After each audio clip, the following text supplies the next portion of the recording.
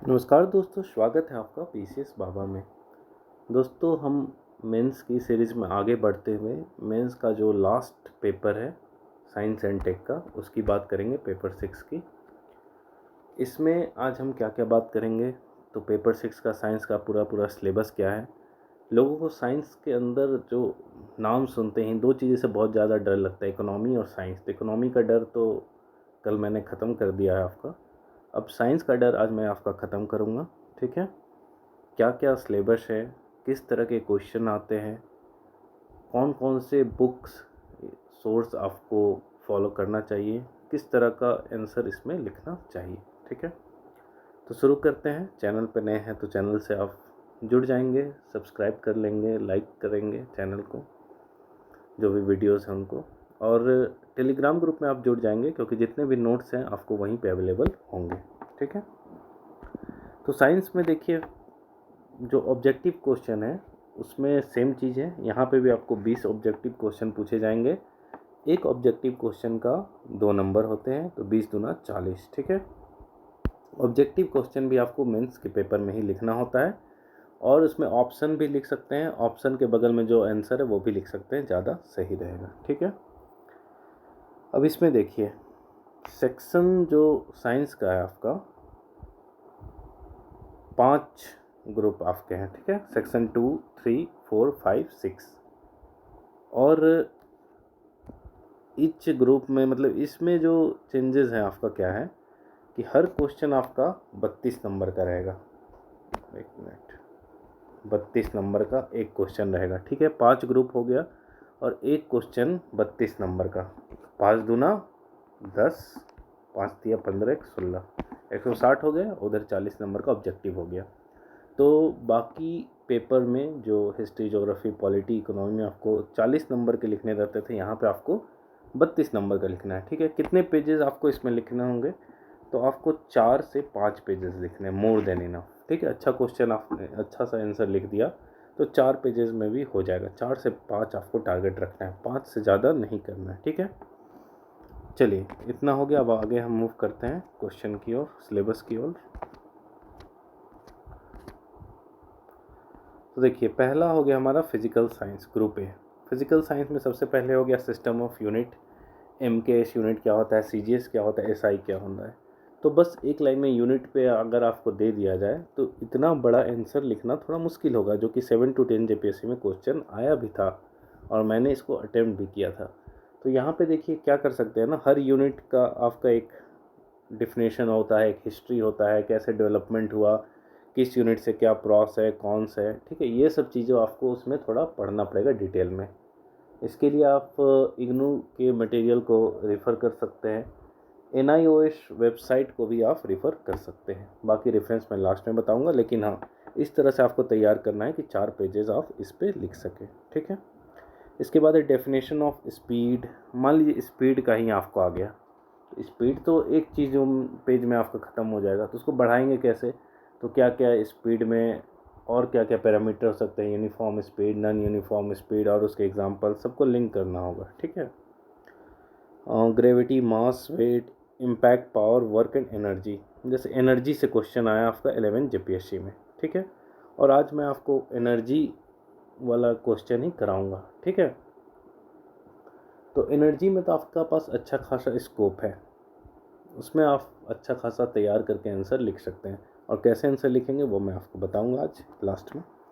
उसके बाद है solar system, relative position of earth with respect to sun, lunar and solar eclipses. इस पे बहुत ज़्यादा फोकस रहता है जेपीएससी का। आप देखिए 6 जेपीएससी में भी उसी से क्वेश्चन पूछा गया, 7th में भी उसी से पूछा गया।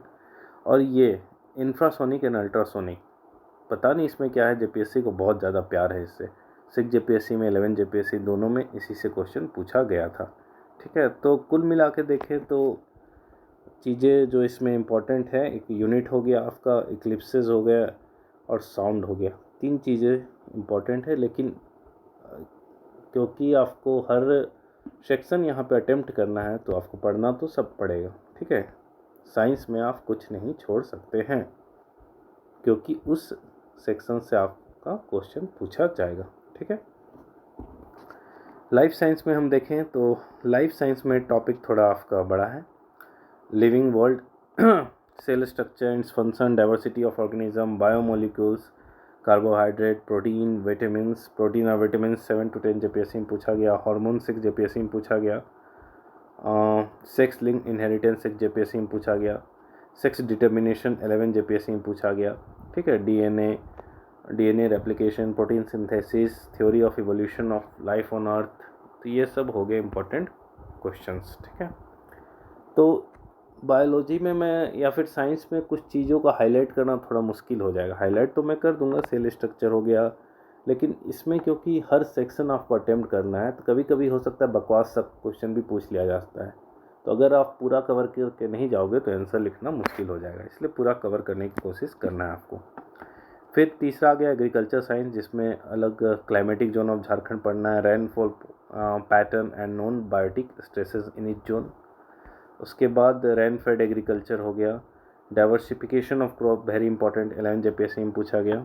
Rain water harvesting very important, 7 JPSC में पूछा गया। सॉइल फर्टिलिटी का इशू क्या है उसको पढ़ना है। एग्रो फॉरेस्ट्री को पढ़ना है, एग्रो फॉरेस्ट्री इनका फेवरेट टॉपिक है। ठीक है, 11 जेपीएससी 6 जेपीएससी में पूछा गया। वेस्ट लैंड पढ़ना है, उसको मैटर कैसे हम रिक्लेम करेंगे वो पढ़ना है। तो देखिए प्रीवियस ईयर क्वेश्चन ना सब लगाएंगे, चाहे 11 जेपीएससी का हो भी क्यों ना हो। ठीक है, बैकलॉग का भी लगा लेंगे, 11 जेपीएससी, 7 to 10, 6 जेपीएससी। ये 4 साल का पूरा मेंस का जो प्रैक्टिस कर रहे हैं ना आंसर राइटिंग, पहले उसी क्वेश्चन को निपटा दीजिए, पहले वाला। ठीक है, बिना मतलब कोचिंग वालों का उटपटांग अभी आंसर लिखने से कोई फ़ायदा नहीं। सबसे पहले प्रीवियस ईयर क्वेश्चन को निपटा दीजिए, इससे फ़ायदा ये होगा एज इट इज़ अगर वो क्वेश्चन आ गया तो आपको बोनस मिल जाएगा। ठीक है, उसका government scheme and benefit for farmer. उसका इन्वायरमेंटल साइंस हो गया, बहुत ही अच्छा और मज़ेदार पोर्शन है ये। इकोसिस्टम हो गया, structure and function of ecosystem, natural resources, renewable and non renewable. Ecosystem से क्वेश्चन पूछा गया था, रिन्यूएबल एंड नॉन रिन्यूएबल से क्वेश्चन पूछा गया था। सॉलिड वेस्ट मैनेजमेंट से 6 जेपीएससी में क्वेश्चन पूछा गया। एसिड रेन डिजर्टिफिकेशन से 7 to 10 में क्वेश्चन पूछा गया। उसके बाद इन्वायरमेंट हो गया, बहुत सारे एक्ट हो गए, जिसमें फॉरेस्ट कंजर्वेशन एक्ट से क्वेश्चन पूछा गया था 7 to 10 जेपीएससी में।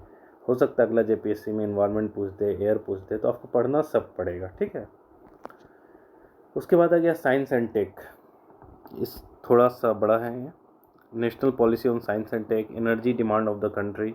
ठीक है, 6 जेपीएससी और 11 जेपीएससी में पूछा गया। Conventional and non conventional sources, 7 to 10 JPSC में पूछा गया, 11 जेपीएससी में पूछा गया। ये सब हिट लिस्टेड टॉपिक है। Energy demand of the country हो गया, कन्वेंशनल एंड नॉन कन्वेंशनल हो गया। ठीक है, न्यूक्लियर एनर्जी हो गया, NPT, CTBT, Indian space programme हो गया, application of satellite for different purposes, satellite, ये भी 11 जेपीएससी में पूछा गया। फिर Indian missile programme, remote sensing, GIS and its application, weather forecasting, disaster warning, soil का मैपिंग, वाटर का मैपिंग, बायोटेक्नोलॉजी का यूज़ एग्रीकल्चर में कैसे करेंगे, एनिमल ब्रीडिंग में कैसे करेंगे, फार्मास्यूटिकल्स में कैसे करेंगे, food technology, environmental conservation, possible adverse effect of biotechnological intervention. उसके बाद है cyber crime and cyber law, national health policy, national programme for prevention and control of malaria, leprosy, TB, cancer, AIDS, blindness. ठीक है, तो इस तरह के question आपसे पूछे जा सकते हैं। अब हम देखते हैं डिटेल में क्या क्या क्वेश्चन पूछे गए हैं। ठीक है, शुरू से अंत तक। फिजिकल साइंस में देखें 6 जेपीएससी का, तो what are infrasonic and ultrasonic, name the sources of infrasonic sound in nature, describe the characteristic and application of ultrasonic sound, और state Kepler law of planetary motion, distinguish between lunar eclipse and solar eclipse. ये आपका 6ठा JPSC में पूछा गया था। 7वां JPSC में क्या पूछा गया था, what do you mean by unit, describe MK, CGS and SI unit, what are the characteristic of standard unit, write the advantage of SI unit. Simple question है, एक एक पॉइंट को पकड़ के आप लिखते जाएंगे। और state and explain the law that explain the relative position of earth with sun, what do you understand by eclipse and how does it take place, draw neat and clean diagram of solar eclipse and explain 5 ways to view solar eclipse safely. उसके बाद देखिए, what are the infrasonic and ultrasonic sound, name the sources of, ये आपका 11 JPSC में है, name the sources of infrasonic sound in nature, describe the characteristic and application of ultrasonic sound, और understand under what condition does a system और particle possesses potential energy, explain how is potential energy of the particle calculated a given configuration. ठीक है, तो energy से आपको question पूछ दिया गया था। हम देखते हैं कि लाइफ साइंस से किस तरह के क्वेश्चन पूछे गए हैं। तो 6 JPSC में क्या पूछा गया था, what do you understand by sex linked inheritance, illustrate with suitable example, और name 4 important hormone of pituitary gland, discuss their function. ठीक है। 7 JPSC में what are essential amino acid, why are they necessary for the maintenance of health, और what are vitamins, describe 3 disease caused by vitamin deficiency. ठीक है, मैंने vitamins वाला attempt किया था। 11 JPSC what do you mean bye pollution, give a detail account of air pollution. कितना आसान question. और what is sex determination, describe the process of sex determination animals. तो मैंने इसमें पोल्यूशन वाला क्वेश्चन अटेम्प्ट किया था। उसके बाद एग्रीकल्चर साइंस में क्या आया था 6 JPSC में, what do you mean by agroforestry, describe the importance of agroforestry and the management, और describe in brief the silent feature of PM Fasal Bima Yojana. ठीक है। 7 JPSC what are the different method of rain water harvesting generally adopted by the farmer of Jharkhand state, how is it beneficial in improving the agriculture production? Give your concept on wasteland, what measure will you suggest for its reclamation and its potential use in agroforestry?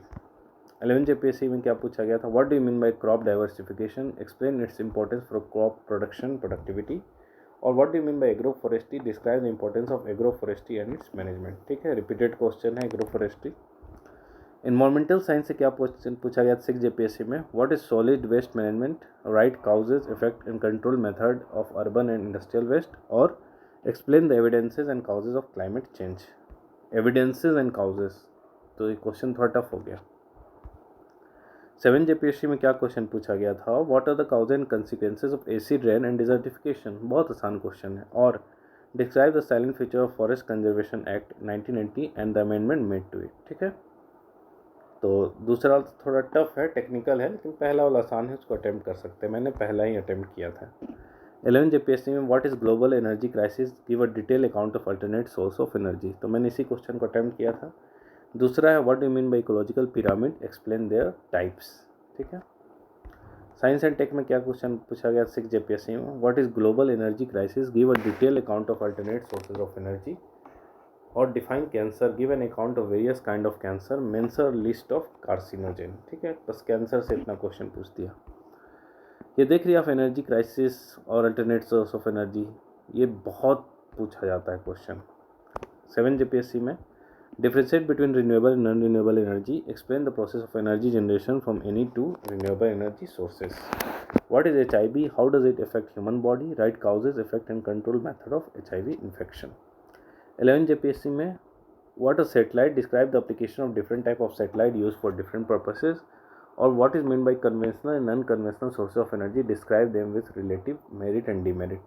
तो आप देख रहे हैं कि conventional and non conventional source of energy, alternate source of energy, renewable and non renewable source of energy, energy crisis, ये हर बार question पूछा जा रहा है। तो इसे आपको कंप्लीट कर लेना है। पूरा जितना भी क्वेश्चन आपसे पूछा गया है ये सब, वो आपको कंप्लीट करना है। ठीक है। अब बात करते हैं बुक, बहुत इम्पोर्टेंट। ठीक है, कि हमें बुक या फिर सोर्सेज कौन कौन से फॉलो करने चाहिए।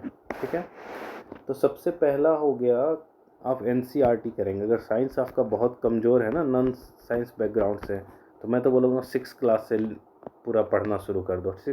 6 से 10 तक पूरा NCERT करो। ठीक है, सारे सब्जेक्ट का A to Z। उसके बाद आपको बायोलॉजी के लिए बायो का आपको पढ़ना पड़ेगा 11 और 12 सिलेबस के अनुसार। ठीक है, क्योंकि लाइफ साइंस का सिलेबस थोड़ा आपका टफ दिया है, वो क्लास 11 और 12 से दिया हुआ है, इसलिए बायोलॉजी 11 और 12 का आपको पढ़ना पड़ेगा। फिर आप NIOS के वेबसाइट में जा सकते हो। ठीक है, NIOS हो गया, NCERT हो गया, IGNOU हो गया, इन तीनों वेबसाइट में जाके आप मटेरियल निकाल सकते हो।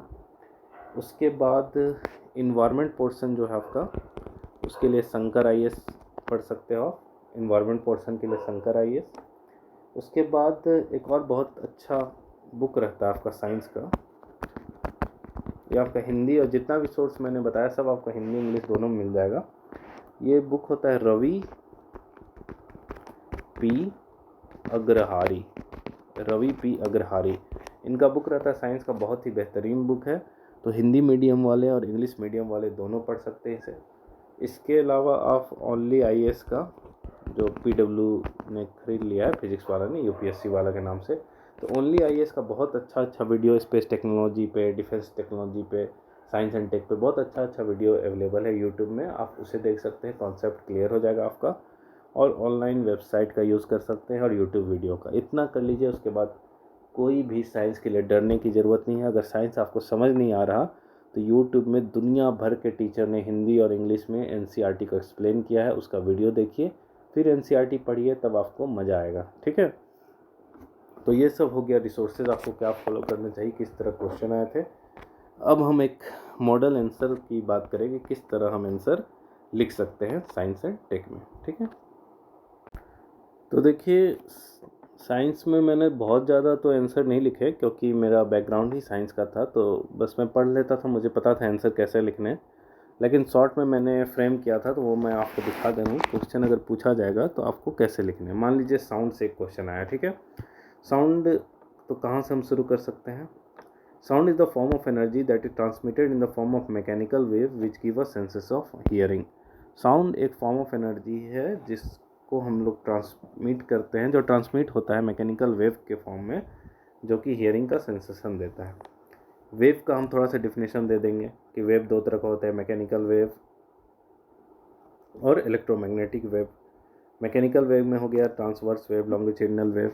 ठीक है, उसके बाद साउंड के बारे में कुछ अगर हम देना है डिटेल, तो प्रोड्यूस कैसे करते हैं, तो साउंड प्रोड्यूस होता है वाइब्रेशन से।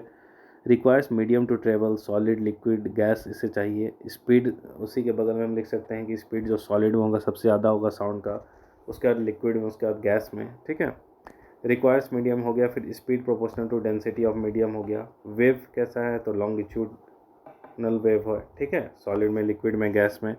लेकिन सॉलिड में कभी कभी साउंड जो होता है ट्रांसवर्स वेव की ओर की तरह रिएक्ट करता है। ठीक है, वेव की अगर हम बात करें तो दो तरह का वेव हो गया, लॉन्गिट्यूडनल वेव और ट्रांसवर्स वेव। लॉन्गिट्यूडनल वेव क्या हो गया, तो vibration of particle and wave is same.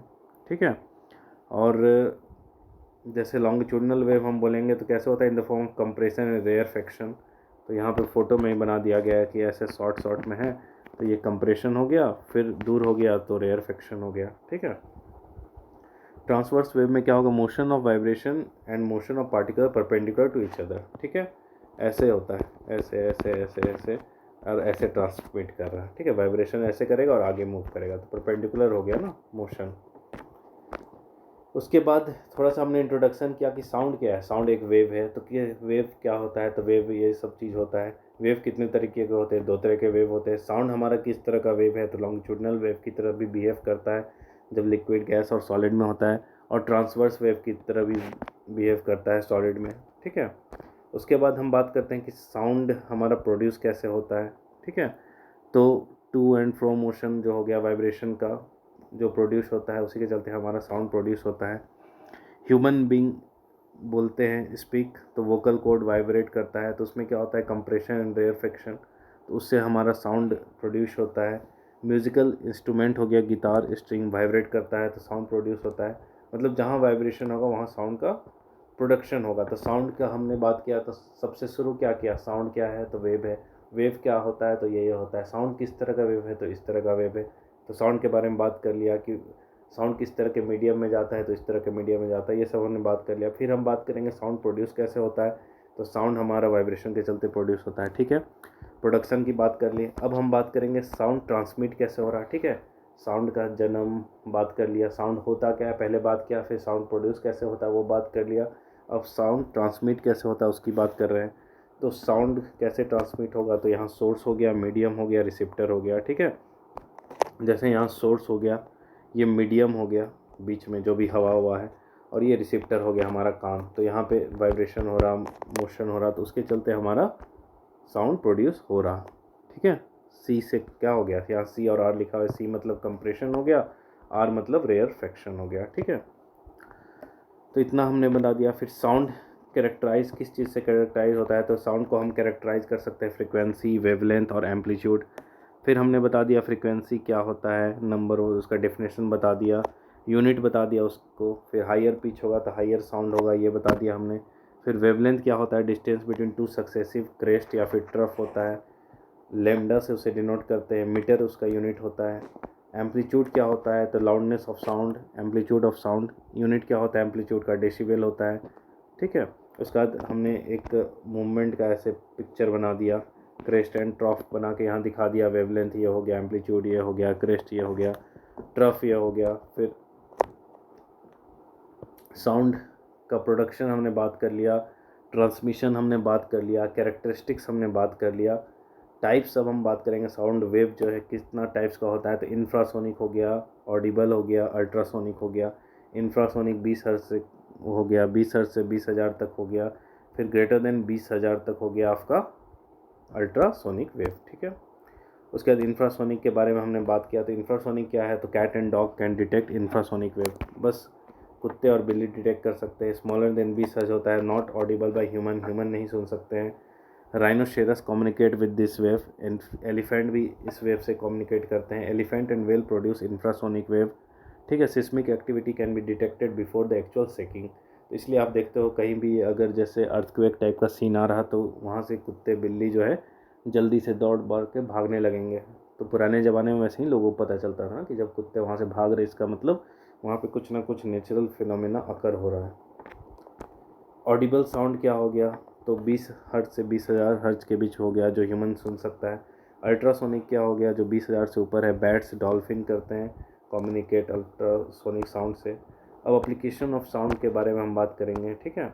तो इंफ्रासोनिक साउंड का क्या एप्लीकेशन है, तो study of earth interior and seismic activity. Seismic wave are kind of sound wave. Seismic wave एक हमारा साउंड वेव होता है जो प्रोड्यूस होता है 2 type of body wave, P wave और एस वेव से। They are indicated source of earth interior, ठीक है।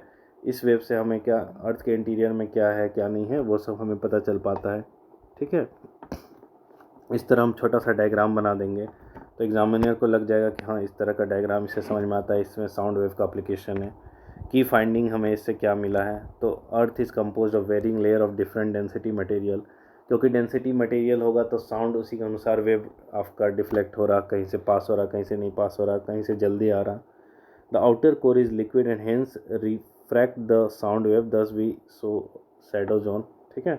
The many discontinuous in the earth interior, example Mohorovicic discontinuity था ना बहुत सारा, तो वेव है, वेव का स्टडी से ही तो हम पता कर पाते हैं कि कहाँ पे सॉलिड है, कहाँ पे लिक्विड है, कहाँ पे डिसकंटिन्यूटी है। तो इसके एप्लीकेशन से, साउंड एप्लीकेशन से हम इंटीरियर ऑफ द अर्थ को पढ़ सकते हैं।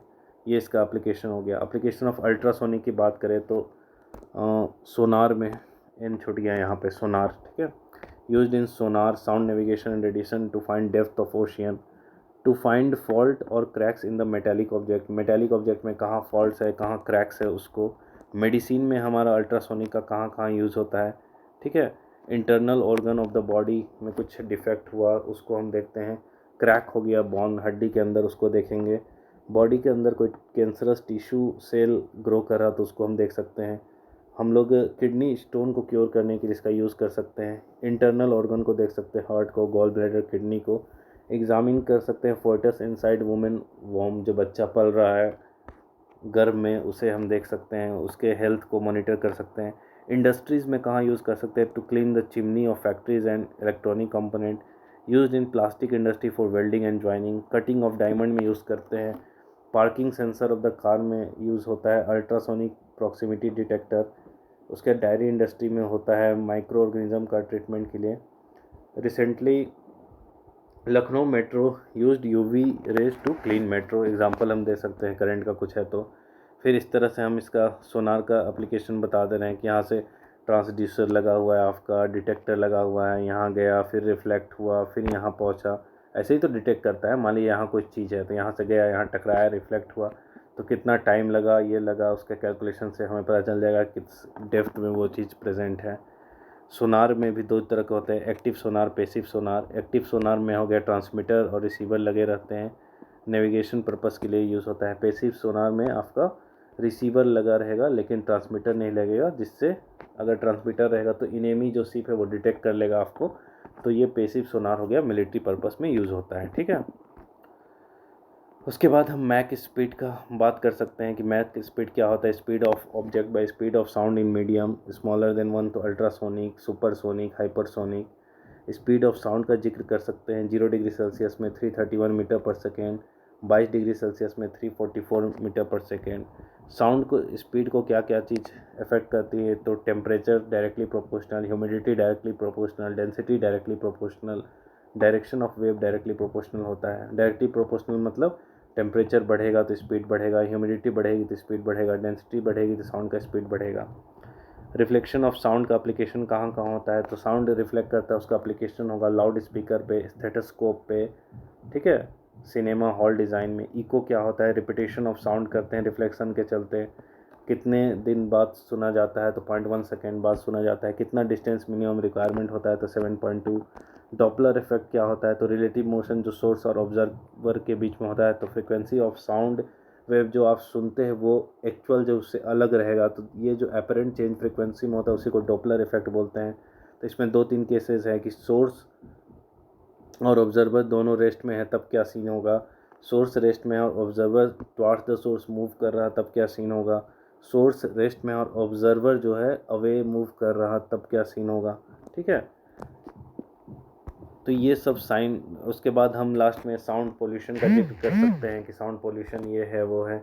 उसके बाद क्या क्या गवर्नमेंट ने इफ़ेक्ट किए हैं, ग्रीन मफलर लगाया है, रोड के किनारे हमारा ग्रीनरी रहेगी जो साउंड को एब्जॉर्ब करेगी, वो सब चीज़ हो गया। इंडस्ट्री को लिमिट किया गया है कि आप इतना तक ही साउंड प्रोड्यूस कर सकते हैं, इस टाइम में यह होगा, फिर 10 बजे के बाद लाउड स्पीकर ये सब बंद करने का वो दिया गया है। तो सारे चीज़ों को आप इंक्लूड कर सकते हैं। तो ये इस तरह से रफ आप नोट्स बनाएंगे, इसमें जो आपको चाहिए साउंड से, इससे बाहर क्वेश्चन आएगा ही नहीं, ठीक है। सारा कुछ कवर किया हुआ है, तो इस तरह से आपको बनाना है और आंसर लिखना है, ओके। चलिए एक और टॉपिक बता दूं आपको, चलिए बता देता हूँ। अब वर्क, देखिए इस बार एनर्जी का क्वेश्चन आया था, तो इसी का मैंने प्रैक्टिस किया था एग्ज़ाम में। वर्क एंड एनर्जी पे ये आपका जो है नोट्स है, ठीक है। तो वर्क एंड एनर्जी पे जो नोट्स है, तो इसमें कहाँ से हम शुरू कर सकते हैं, तो वर्क का डेफिनेशन हम बताएंगे कि work is said to be done. ऐसे पूरा ये तो मैंने अपनी अंडरस्टैंडिंग के लिए बनाया था इस तरह का फ्लो चार्ट में। और फ्लो चार्ट जो आपको इसमें से ठीक लगे यूज़ करेंगे, लेकिन लैंग्वेज में लिखेंगे, इंट्रोडक्शन फ्लो चार्ट में नहीं डाल देना है।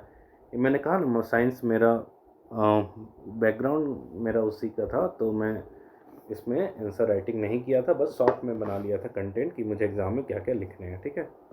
तो वर्क हो गया, जैसे work is said to be, work कब हम कहेंगे कि वर्क हमारा हो गया, तो फोर्स अप्लाइड, किस तरह का फोर्स अप्लाई होगा, या पुश होगा या फिर पुल होगा, ठीक है। पुश होगा, पुल होगा, तो उसके चलते क्या होगा, causes displacement of the object.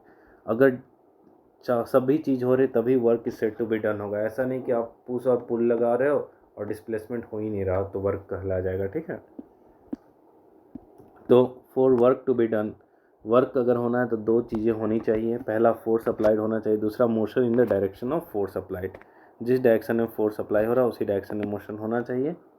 Work done क्या हो गया, force into distance moved in the direction of force applied, ठीक है। तो एफ डॉट डी आर, ठीक है, वही एफ इंटू डी। तो यहाँ पे वर्क डन हमने दिखाया F1 इंटू डी हो गया। अगर फोर्स, देखिए ये एग्जांपल दिखाया कि अगर फोर्स हम ऊपर अप्लाई कर रहे हैं और डिस्प्लेसमेंट इधर होगा तो वर्क डन कितना होगा, 0, क्योंकि हमने पढ़ा कि वर्क डन तब होता है जब फोर्स और हाँ मूवमेंट दोनों एक ही डायरेक्शन में हो, ठीक है। तो यहाँ हमने डेफिनेशन दे दिया, work done equal to F dot D R, only magnitude, work का हमारा मैग्नीट्यूड होता है, कोई डायरेक्शन नहीं होता है। और क्योंकि मैग्नीट्यूड हो गया तो इससे हम ये बता सकते हैं कि वर्क हमारा स्केलर क्वांटिटी है। वर्क का यूनिट क्या हो गया हमारा, जूल होगा, 1 joule equal to 1 newton into metre. फिर हम इसका डायमेंशन बता देंगे कि डायमेंशन इसका क्या होगा, तो फोर्स का डायमेंशन होता है ML/T-2 और डिस्टेंस का हो गया L, तो ML² T-2 इसका डायमेंशन हो गया। उसके बाद पावर हो गया, तो पावर का हम क्या बताएंगे कि power rate of doing work that is work done per unit time. तो वर्क डन डिवाइड कर देंगे उसको टाइम से, अर्ग पर सेकेंड यहाँ दिखा रहा, तो इसको ये भी बोल सकते हैं हम पावर को rate of change of energy per unit time. Energy हमारा स्केलर है, टाइम स्केलर है, इसलिए पावर जो है वो भी स्केलर क्वांटिटी होगा। यूनिट इसका वाट होता है, in the name of sir James Watt इसका मेंशन कर देंगे, डायमेंशन इसका मेंशन कर देंगे ML²T-3। Electricity supply to household measure in watt, electricity जो हमारे घर में सप्लाई होता है वो वाट में मेज़र करते हैं। एनर्जी क्या हो गया, एनर्जी इस बार जो क्वेश्चन आया था यहाँ से देखिए, एनर्जी क्या हो गया, capacity to do work. Unit क्या होगा, जैसा वर्क डन है वही उसका यूनिट होगा, मतलब जूल होगा। इसका डायमेंशनल एनालिसिस करेंगे तो डायमेंशन भी वही होगा जो वर्क डन का है, mL²T-2। Law of conservation of energy फिर यहाँ से डील करेंगे, ठीक है। Energy can nether B created not be destroyed, ठीक है, ये बोलता है। इसको बाद में भी बोल सकते हैं, पहले एनर्जी का डिफिनेशन करेंगे, फिर हम बात करेंगे टाइप ऑफ एनर्जी का, mechanical energy, heat energy, chemical energy, electrical energy, light energy, gravitational energy, ठीक है। मैकेनिकल एनर्जी में आ गया पोटेंशियल एंड काइनेटिक एनर्जी। फिर सारे एनर्जी को थोड़ा थोड़ा डिफाइन कर देंगे। जैसे देखिए मैकेनिकल एनर्जी, पोटेंशियल एनर्जी को हमने बता दिया ड्यू टू पोजीशन या फिर हाइट, तो mgh, तो ये मैंने सिंपली लिख दिया mgh। आप ऐसे कर सकते हैं कि एक m मास का ऑब्जेक्ट है, यहाँ से h हाइट है इसका, ठीक है, तो एनर्जी कितना प्रोड्यूस कर रहा, तो m इंटू जी इंटू h। तो इस तरह आप अच्छा डायग्राम बना सकते हैं। काइनेटिक एनर्जी ऐसे दिखा सकते हैं कि बॉडी v वेलोसिटी से मूव कर रहा है तो काइनेटिक एनर्जी हाफ mv² हो गया। उसके बाद हीट एनर्जी क्या होता है, high temperature to lower temperature. कैसे ट्रांसफ़र होता है, high temperature to lower temperature. उसके बाद ट्रांसफ़र हीट किस तरीके से होता है, तो सबसे पहले हीट एनर्जी में हीट का अपना डिफिनेशन बता देना होगा। हीट एनर्जी वो एनर्जी जिसके चलते हमें हॉटनेस या कोल्डनेस का सेंसेशन होता है। ट्रांसफ़र किस तरीके से हो सकता है, कंडक्शन से, कन्वेक्शन से, रेडिएशन से।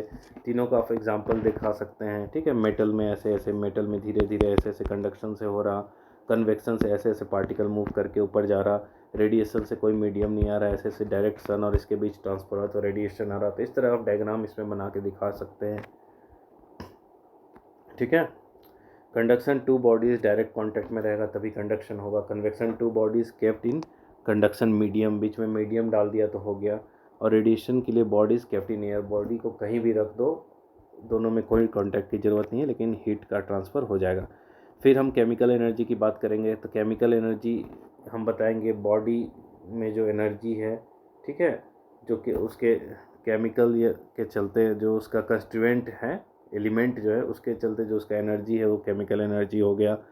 इसमें केमिकल एनर्जी में दो तरह के रिएक्शन हो जाते हैं, एक्सोथर्मिक रिएक्शन, एंडोथर्मिक रिएक्शन। जब पूछा जाएगा केमिकल एनर्जी हमें कहाँ से मिलता है, तो कोई भी जो एलिमेंट है उसमें किसी तरह का अगर रिएक्शन होता है तो हमें कोई ना कोई एनर्जी मिलेगी, ठीक है। तो एक्सोथर्मिक, एंडोथर्मिक, एक्सो में हो गया हीट रिलीज होता है, ठीक है, एंडोथर्मिक में हीट एब्जॉर्ब होता है। उसके बाद इलेक्ट्रिकल एनर्जी की बात करेंगे, एक्सोथर्मिक, एंडोथर्मिक का एग्जांपल दे देंगे एक एक दो दो। फिर इलेक्ट्रिकल एनर्जी की बात करेंगे तो energy due to movement of charge particle, charge particle का जो मूवमेंट होता है उससे जो एनर्जी होता है इलेक्ट्रिकल एनर्जी हो गया। Rate of change of flux per unit time भी बोलेंगे इसे, ठीक है। कंडक्शन में इस तरह का चार्ज पार्टिकल का मूवमेंट दिखा के आप फोटो बना सकते हैं। फिर आ गया ग्रेविटेशनल एनर्जी, इसमें energy produce due to its relative position और state with respect to earth gravitational field. Earth gravitational field के चलते जो ऑब्जेक्ट ऑफ पोजीशन है उस पोजीशन में जो एनर्जी उसके पास है ग्रेविटी के चलते, तो वो हो गया ग्रेविटेशनल एनर्जी। ग्रेविटेशनल पोटेंशियल क्या हो गया, mgh। ग्रेविटेशनल काइनेटिक एनर्जी क्या हो गया, mr², ठीक है। तो आप देखिए कोई ऑब्जेक्ट अगर यहाँ है m मास का हमारा, तो नीचे क्या लग रहा है, mgh लगेगा, इधर टेंजेंशियली क्या लगेगा, mr², ठीक है। उसके बाद हम सब एनर्जी की बात कर दिए। फिर हम बात कर देंगे इंटर कन्वर्टिबिलिटी ऑफ एनर्जी, क्योंकि हमने बता दिया इससे पहले हम कंजर्वेशन ऑफ एनर्जी का भी जिक्र कर सकते हैं कि energy can neither be created not be created, it can be transformed from one form to another. तो यहाँ जो हमने बोल दिया कि जो एनर्जी ना पैदा हो सकती है ना बर्बाद हो सकती है, एक रूप से दूसरे रूप में बदल सकती है। तो एक रूप से दूसरे रूप में जो बदल रही है which changes from one form to another form of the energy, इसे हम कहते हैं इंटर कन्वर्टिबिलिटी ऑफ एनर्जी। जैसे आप देखो यहाँ पे chemical energy of the coal या फिर फ्यूल हो गया, वो केमिकल एनर्जी क्या चीज़ में कन्वर्ट होता है, हीट एनर्जी में, बॉयलर में, ठीक है। बॉयलर पूरा स्टीम को प्रोड्यूस करेगा, ठीक है। तो स्टीम जो प्रोड्यूस होगा वो टरबाइन को घुमाएगा, तो टरबाइन को घुमाया तो हीट एनर्जी किस में कन्वर्ट हो गया, मैकेनिकल एनर्जी में। मैकेनिकल एनर्जी में फिर टरबाइन घूमेगा आपका, तो जो शाफ्ट है उसका घूमेगा, उसके चलते जनरेटर घूमता है, जनरेटर घूमेगा तो इलेक्ट्रिकल,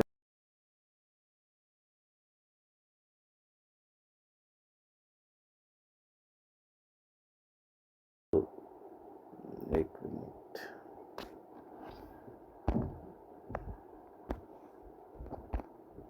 ठीक है। तो शुरू हमने किया था केमिकल एनर्जी से उसके बाद हमें हीट एनर्जी मिला, मैकेनिकल एनर्जी मिला, फिर इलेक्ट्रिकल एनर्जी मिला, फिर लास्ट में आते आते heat energy, light energy, sound energy. ठीक है, तो ये है energy conversion in thermal power plant. Thermal power plant में कैसे कैसे कन्वर्जन होता है, तो आप पूरा डायग्राम भी बना सकते हो, ऐसे दिखा दोगे कि टरबाइन ऐसे रोटेट कर रहा, यहाँ जनरेटर हमारा लग गया, इलेक्ट्रिसिटी प्रोड्यूस हो रहा, यहाँ बल्ब का फ़ोटो बना दो, बल्ब जल गया। ठीक है, माहौल बना देना है पूरा पेपर में। फिर